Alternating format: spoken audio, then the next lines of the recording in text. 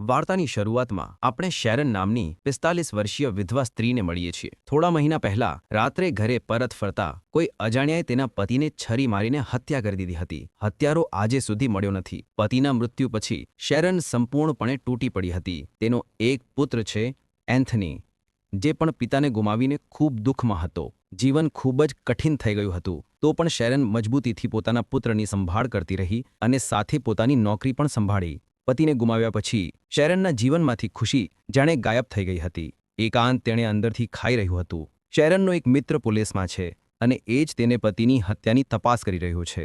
એ શેરનને મળવા આવે છે અને ખાતરી આપે છે, હું ખૂબ જલ્દી તમારા પતિના હત્યારાને પકડી લઈશ. આ અધિકારી અને શેરન બાળપણથી એકબીજાને ઓળખે છે. એ અધિકારીને શેરન પ્રત્યે લાગણી છે, પરંતુ શેરન એને માત્ર એક સારો મિત્ર માને છે. બીજી બાજુ એન્થની નવા કોલેજમાં ભણી રહ્યો છે. તે થોડોક શાય છે, તેથી એની મિત્રતા બનતી નથી. એક છોકરો એને ચીડવવા લાગે છે, પણ એ સમયે 19 વર્ષીય ડિલન ત્યાં આવે છે અને એ છોકરો તરત જ ચૂપ થઈ જાય છે. ડિલન દેખાવમાં આકર્ષક અને હોશિયાર, એની કરિશ્માથી બધા એની તરફ ખેંચાઈ જાય છે. કોલેજમાં એક ખૂબ જ ફેમસ છે. એન્થનીને કોલેજમાં જ એક છોકરી ખૂબ ગમે છે, પણ વાત કરવા હિંમત જ નહોતી કરી શકતો. ડિલન આ બધું જોઈ લે છે અને એ છોકરી પાસે જઈને વાત કરે છે. પછી એન્થનીને એની સાથે પરિચય કરાવે છે. એન્થનીને પહેલીવાર સારું લાગે છે કે જીવન બદલાઈ ગયું છે. થોડીવાર પછી જ્યારે એન્થની લોકર રૂમમાં હોય છે, ડિલન આવે છે. એન્થની પૂછે છે, તું મારું એટલું મદદ કેમ કરે છે? ડિલન શાંત અવાજમાં કહે છે, તારા પિતા નથી, તેનું દુઃખ હું સમજી શકું. મારા પપ્પાએ પણ આત્મહત્યા કરી હતી. હવે હું મારા કાકા પાસે રહું છું, એટલે હું તારી પીડા સારી રીતે સમજી શકું. ધીમે ધીમે બંનેની સારી મિત્રતા થઈ જાય છે.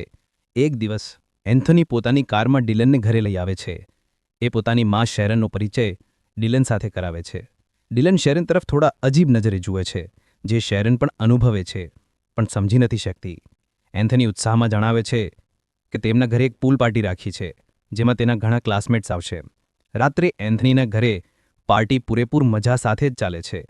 પહેલીવાર પતિને ગુમાવ્યા પછી શેરન પોતાના પુત્રને એટલો ખુશ જોઈ રહી છે. તેને અંદરથી સુખનો અનુભવ થાય છે. પણ ડિલન, એની નજર તો સતત શેરન પર જ હતી. કંઈક તો વિચિત્ર હતું નજરમાં. થોડીવાર પછી ડિલન પૂલમાંથી બહાર આવે છે અને શર્ટ વિના ચોરીથી ઘરમાં પ્રવેશે છે. એ શેરનના રૂમમાં જાય છે અને ત્યાં મૂકેલી ફેમિલી ફોટોને ગહન રીતે જોયા કરે છે.